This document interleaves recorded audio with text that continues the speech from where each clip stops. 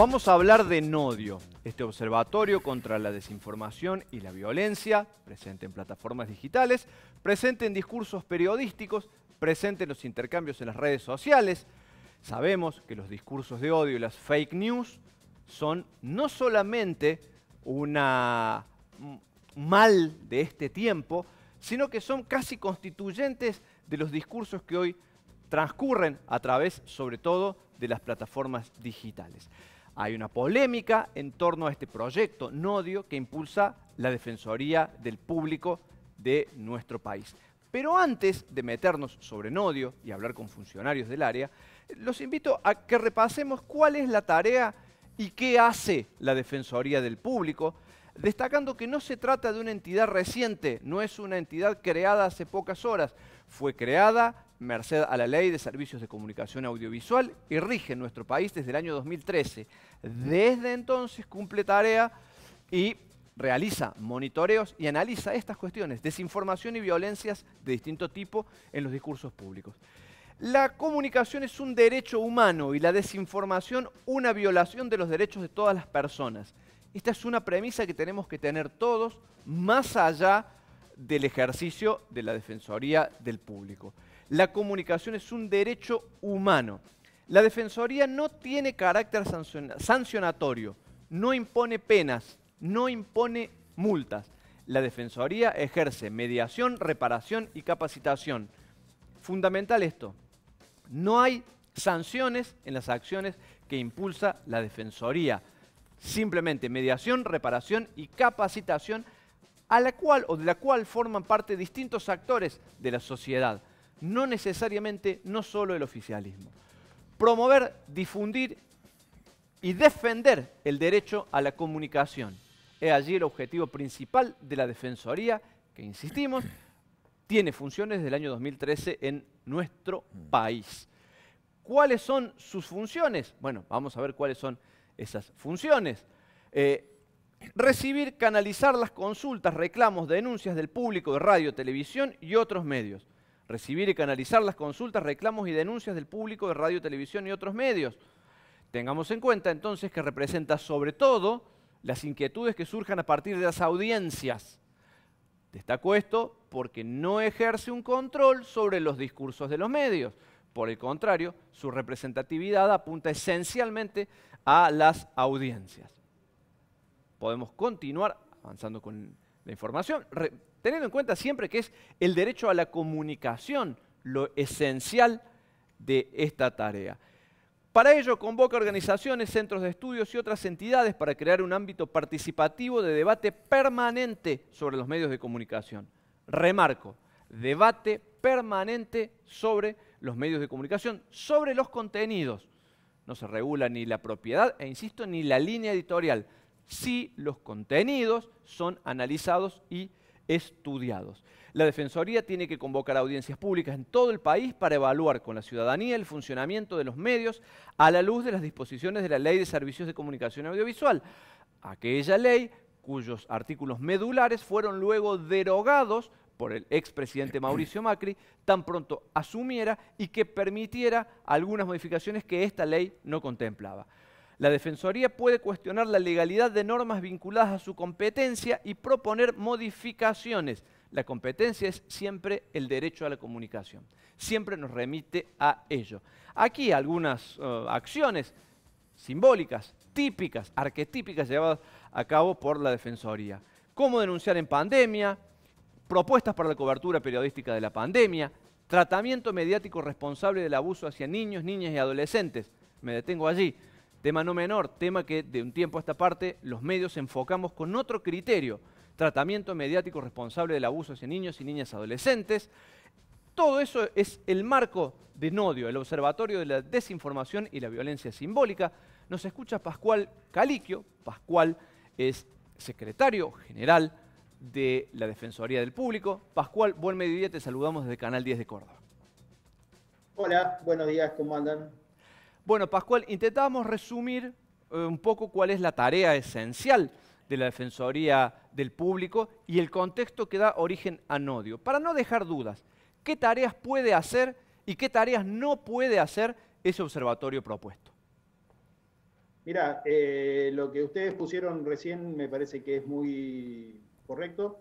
Nosotros no tenemos, lo que podemos hacer es investigar, es recibir preocupaciones, es analizar y producir informes que puedan ser insumo tanto para la prensa como para la academia o a quien que necesite.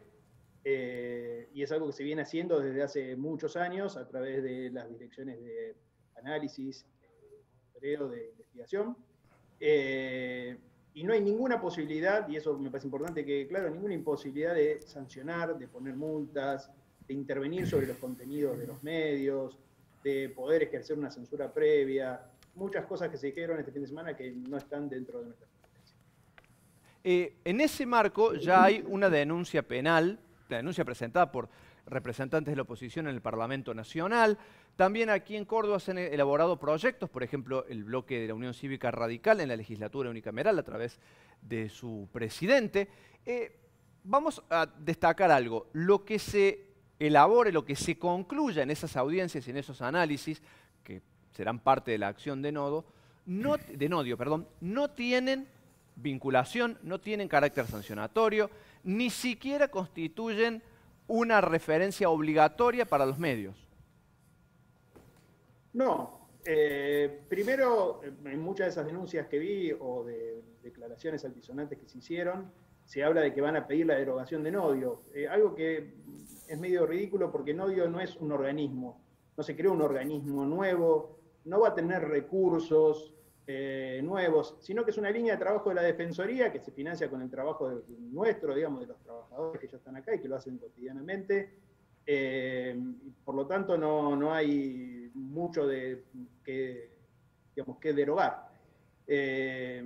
Nosotros lo que lo que va a hacer Nodio es generar esos insumos, esas investigaciones para que pueda ser usado por el que quiera. No va a obligar a nadie a tener que acatarlo o de alguna manera, digamos, tener que cumplir lo que dice ahí.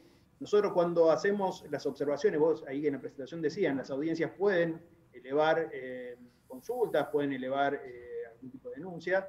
Lo que se hace, se la analiza y llegado el caso se hace una especie de conciliación o de charla con el periodista, con el medio o con quien haya, digamos, sido objeto de este reclamo. Y siempre se trata de, en algunos casos, reparar el daño, si se puede haber un pedido de derecho a réplica, puede haber la intención de que se lleve algún especialista a un programa donde se aborda algún tema que fue tratado parcialmente, o puede haber, por ejemplo, una capacitación. Muchas veces los periodistas nos equivocamos porque no sabemos o porque no nos explicaron cómo era determinada forma de tratar un tema, y lo que se hace es una capacitación y se busca siempre el lado propositivo de esto, ¿no?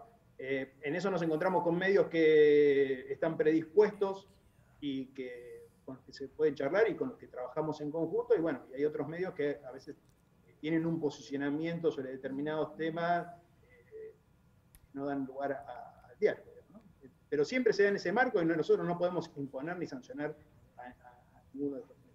Pascual, entendemos que esto tiende a garantizar la calidad informativa en distintos soportes, en distintos medios de información, garantizando también la equidad, la igualdad de las voces, algo que, bueno, en las distintas academias de periodismo se enseña como una de las primeras premisas de trabajo de cara al futuro profesional de cada uno de los periodistas. Pero a ustedes, en la investigación que han efectuado para poner en marcha todo este mecanismo, ¿les está preocupando sobremanera Internet? Sabemos que Twitter, por ejemplo, es una de las plataformas que registra más agresiones, más noticias falsas y que después van reproduciéndose de manera realmente muy grande, ¿no? Mira, nosotros asumimos en la Defensoría con Miriam Lewin hace 2 meses más o menos, después de una larga intervención, y empezamos a hacer una serie de conversatorios, de charlas, de debates, y a recibir mucho más reclamos de los que había antes. Y una de las cosas que notamos, lo vimos fundamentalmente en el conversatorio que hicimos sobre violencia política hacia las mujeres, que muchas veces en las redes, incluso en los medios también, hay un nivel de agresividad y de violencia que impide un debate democrático, que inhibe a muchas personas de opinar, porque antes de poner, como vos mencionabas Twitter, antes de poner un tweet, lo piensan 7 veces porque le llega un ejército de trolls que tiene toda una noche volviéndolo loco, o mujeres que quieren participar en política y que ven a otras dirigentes que se las trata de locas, de borrachas, se les hacen entrevistas y se les preguntan siempre por si tiene pareja, si está sola, si cómo es su familia, cómo se viste, todas preguntas que no se le hacen a los hombres. Y eso, lo que notamos es que empobrece el debate democrático. Y una de las tareas de la Defensoría es promover el debate democrático, mejorar el ecosistema de la comunicación para que nadie se sienta inhibido de poder opinar. Lo vimos este fin de semana cuando nosotros lanzamos esta propuesta, que el nivel de agresividad que hubo también fue muy alto, digamos, ¿no? Y digamos, a veces parecería que tuviéramos que no poder opinar sobre estos temas. Pascual, Eduardo lo saluda. Una consulta. Hola. Yo no me olvido más, años atrás conté yo 30 páginas, 15 hojas de Clarín pegándole a Cristina de todos los sectores, 15, 20 días antes de las elecciones nacionales. 30 páginas le pegaban al gobierno de Cristina desde Clarín, política, económica, cultura, todo estaba mal, absolutamente todo mal, hasta la cartera que usaba Cristina le pegaban. Cristina terminó ganando con el 54% de los votos. En ese sentido, ¿es necesario un observatorio? ¿No estamos subestimando al público, al argentino? Mira, eso escuché muchos comentarios al respecto. Nosotros no subestimamos a nadie. Yo no creo en la teoría de la aguja hipodérmica, no creo que los medios vayan a convencer a la gente de todo lo que tiene que hacer, pero sí creo que se necesitan herramientas y nosotros tenemos algunas de esas herramientas, sobre todo tenemos mucha gente que está capacitada para eso, que pueden alertar o que pueden estudiar o profundizar en cómo funcionan algunos mecanismos. Nosotros acá no vamos a hablar de un medio en particular, no vamos a hablar de un periodista en particular, sino de cómo se generan esos mecanismos en el que hay una relación entre medios y redes, por eso hablamos de las dos cosas, digamos, ¿no? A veces hay una información que surge de las redes y es tomada por los medios, y a veces es al revés, donde lo que nos va a preocupar son los casos donde hay una campaña detrás de esa instalación de una noticia falsa. Cualquiera puede tener su opinión y decir lo que opine del gobierno, de la oposición, cualquiera se puede equivocar cuando habla en un medio. Eso no es lo que estamos analizando, sino cuando hay un empleo sistemático, y se ha visto, y es una preocupación que está a nivel internacional, el secretario general de la ONU hizo unas declaraciones al respecto, Macron se juntó con Zuckerberg la semana pasada en Francia para ver qué hacer con los discursos de odio, con el tema del holocausto, sacó Facebook también algunas declaraciones sobre cómo iba a eliminar contenido que tuviera que ver con la negación del holocausto, la Unión Europea está trabajando en el tema, es decir, es un problema que preocupa a nivel internacional. No tiene que ver con las opiniones, no tiene que ver con el posicionamiento político de nadie, sino con cómo hay sistemas que hacen que una noticia falsa pueda terminar, por ejemplo, inhibiendo a alguien de participar en política o arruinándole la vida a una persona. Pascual, te agradecemos este contacto con el Canal 10, el canal de la Universidad Nacional de Córdoba. Muchas gracias y seguramente en días consecutivos estaremos tratando nuevamente esta problemática. Muchas gracias. Gracias a ustedes por convocarnos. Bueno. Gracias. Bueno, tema que vamos a seguir desandando a lo largo de los días porque es polémica nacional, ¿eh? Sí, y una invitación particular, quizás a dejar de lado lo político y pensar sobre todo en los colectivos, ¿no? En lo que hablamos, el abordaje de la información sobre niños, niñas, mujeres, digamos. Hay muchos colectivos, no solamente los funcionarios políticos, a los cuales puede interesar este observatorio.